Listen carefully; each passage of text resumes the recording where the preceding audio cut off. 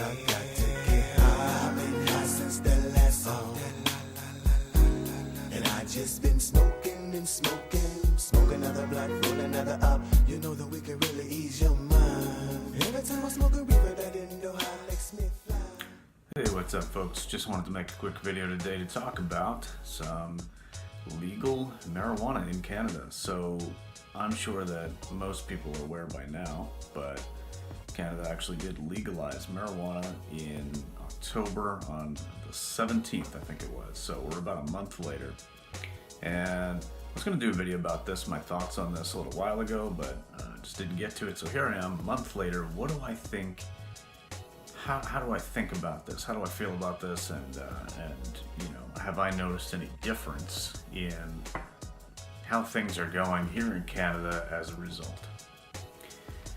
So, number one, I would say that overall, very, very little has actually changed. It's amazing that we're only the second country in the world to actually legalize, like fully legalize marijuana. It's us and Uruguay in South America. And I think that a lot of people had some really big misconceptions over what was going to happen. You know, how is this actually going to affect the daily life of most Canadians? And now I live in a fairly, small area, not like a large population by any means, but arguably among the highest weed smoking population in all of Canada per capita.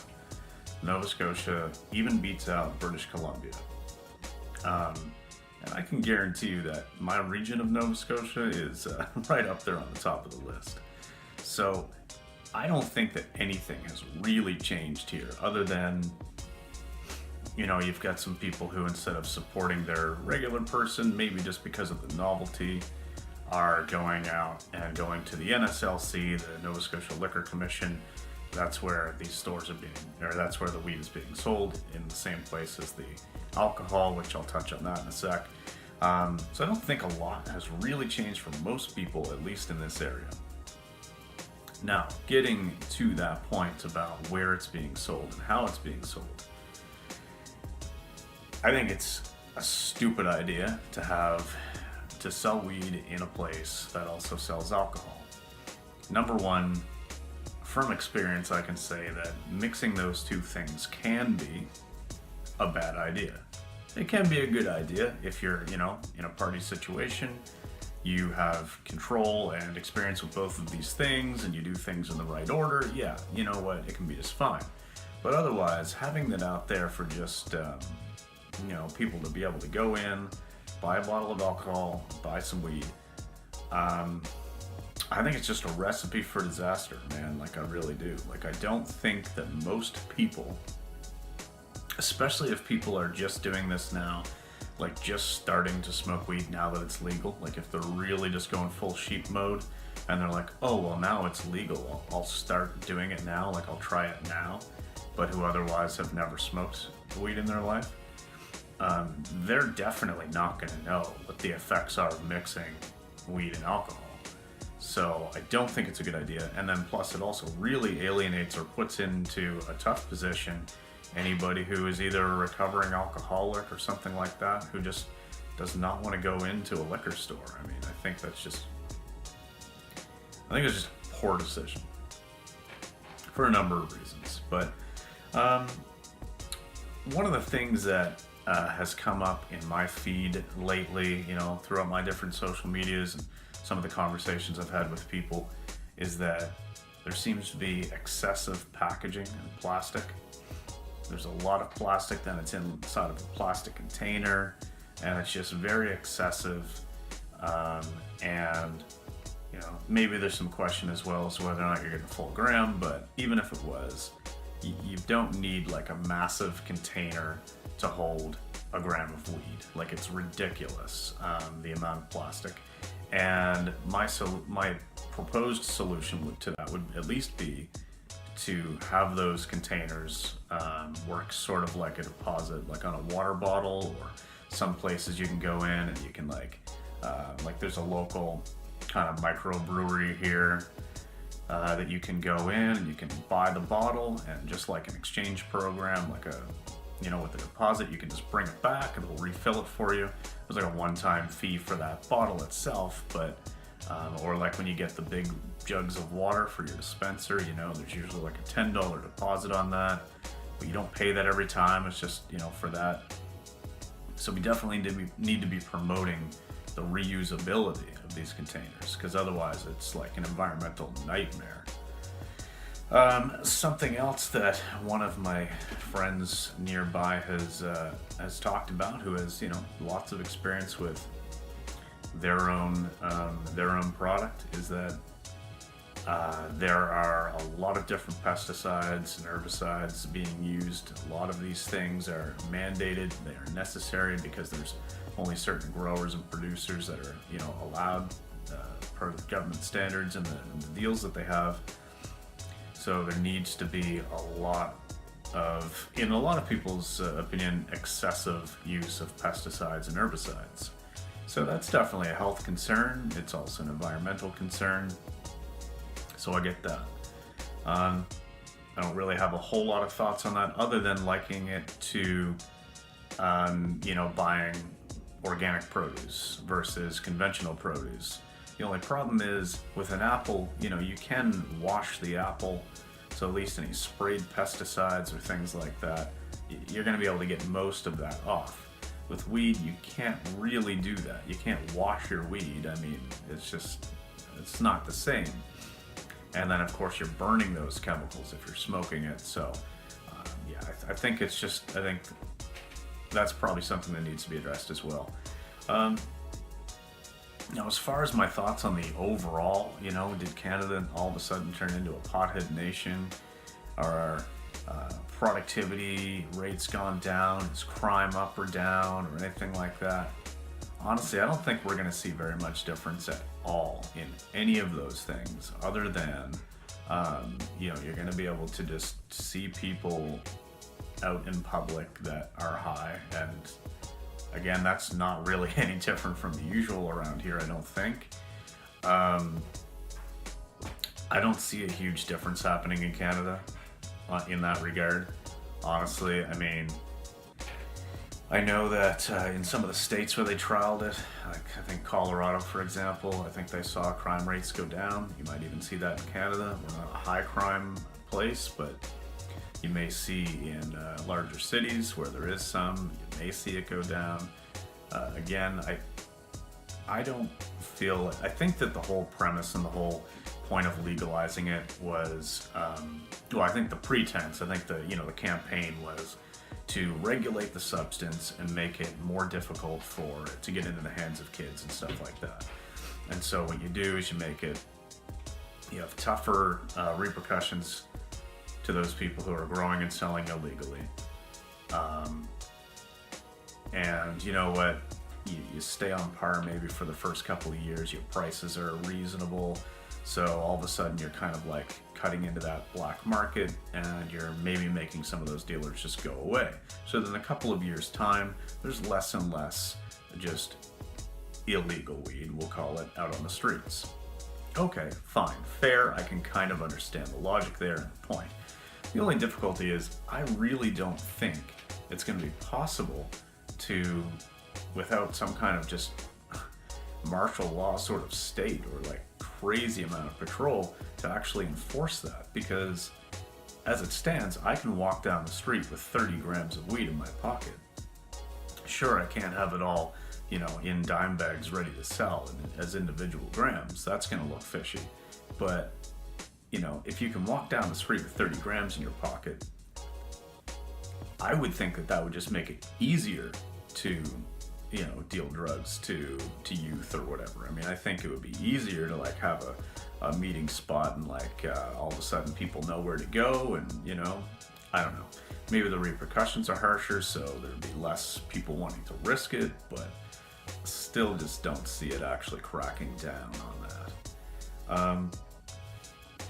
Another very important thing that I wanted to talk about was the repercussions for driving while under the influence. So there are some pretty stiff penalties and I don't know what they all are in front of me now, but I've been, you can do a quick Google search, but I know that driving while high can have some serious consequences. There can be huge fines, there can be jail time, there can be, revoking of your license, like all kinds of crazy shit. I mean, before legalization, yeah, it's not like you were allowed to drive high, but let's just say that someone was driving down the street, they just smoked a joint with a buddy, maybe they come to a stop or something like that, and maybe it's just a random check, and like basically in most cases the cops are gonna know you just smoked a joint or something, because maybe you're gonna smell like it or something like that. But if you don't actually have any on you, and things are pretty reasonable, then in like any case that I've ever seen personally or from other people telling me about it, there's really nothing they're gonna do about it. Maybe there's something they can do, but in most cases they just don't, and they say, okay, well, get home, blah blah blah, or something like that.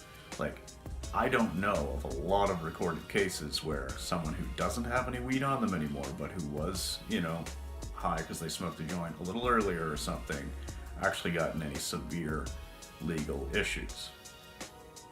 But now it's crazy, and I don't know. I don't think anybody should be driving under the influence of anything, honestly. And I know there's a lot of research that suggests that maybe you are a better driver, more attentive. Maybe, there's a lot of research that could suggest the opposite. I just don't think you should be driving under the influence of anything, to be quite honest with you. I don't personally use it, so I can't really say from experience, but I think it just comes down to responsibility and just kind of what makes sense. You're gonna hear my cat meowing in the background. Merle! Hey, come here. Come on. She gets very annoyed when she hears me talking. But anyway, okay, so one last final thought. I was actually a little bit curious just to see, what options there were. I don't plan on smoking it now. It's been a number of years since I've done it. I really have no intention, but I wanted to kind of at least see what was available, just kind of see, like, I don't know, it's one of the browse basically.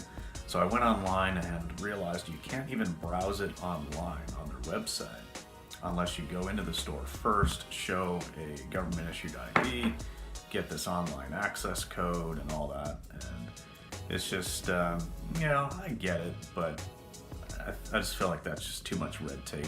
I think it's kind of ridiculous actually that you need that just to even like see what's available. Yeah, I don't know. Is Canada a different country now that we've got legal weed? I don't think anything's really changed. I still think that even though I don't do it anymore, I still think anybody should be able to do it as much as they want, and as long as they're, not having any negative effects on themselves or their job or other people around them, then it shouldn't even be an issue at all. But with that said, I do think that the legalization of weed in Canada is probably something that, kind of like how having it in the same store as alcohol is not good for alcoholics or recovering alcoholics, and that could create an issue. I also think that the legalization could make it maybe a little bit more accessible to people who haven't done it a long time, don't have any contacts, so don't know where to go and get a gram if they wanted to do it now. And now that they can kind of do it and have more social approval, might be more prone to go try it again and get back into it. So if anybody who has had issues in the past, had addiction issues in the past, and I don't think weed is addictive physically, but anybody who has, kind of gone down that path and maybe has seen a lifestyle of like getting high and stuff as like an escape or whatever, or they had some kind of issues with that. I do think that maybe now, with it being legal and being readily available to anybody who can just walk in, it could be a potential danger spot for people who just, are kind of recovering out of that lifestyle and don't want to go back to it. So, I just urge people to use your best judgment. Don't just start doing something just because it's legal. I mean, we can look back at a lot of things that used to be legal that were really, really shitty ideas, really horrible things. There's some things now that are still legal that are absolutely horrible things. Legality does not equal morality, nor does it mean that something's a good idea. So just keep that in mind and use your best judgment. And overall, I think that, I think it's great. Like, I consider myself to be a fairly liberal person, and I know that liberal means something very different here in Canada than it does in the US political climate. But, I do feel like people should be able to do what they want as long as they're not harming others. But there are some things that need to be addressed. Number one, the environmental aspect of it. There's no need for all this crazy plastic packaging. Number two, is it really necessary to have so many different types of sprayed pesticides and all that kind of stuff? And then number three, maybe addressing how it's sold and where those locations are. Is it really the right idea to have it in the same place that sells alcohol? I think that's just a bad idea and a recipe for disaster for people who are trying to avoid one or the other, or are not experienced in mixing those two things. But all right, anyway, those are my thoughts on legal weed in Canada. And 1 month in, it hasn't been an apocalyptic thing like some of the more conservative folks have thought, nor has it been some crazy, great, liberating thing like maybe some of the more liberal people thought. I think for the most part, things stay exactly the same in Canada because, let's face it, we've been, we've been smoking a lot of weed for a very long time, and it's all just now a matter of what's legal. So, all right. Let me know what your thoughts are down below. Let me know if you are a fellow Canadian and how this has affected you. And I'm also interested in places in other countries where, weed isn't legal or whatever. I'd be interested in what your thoughts are and how your country or your area now perceives Canada, if that's changed at all. So, all right. Thanks for watching, guys, and I will see you in the next video. Peace.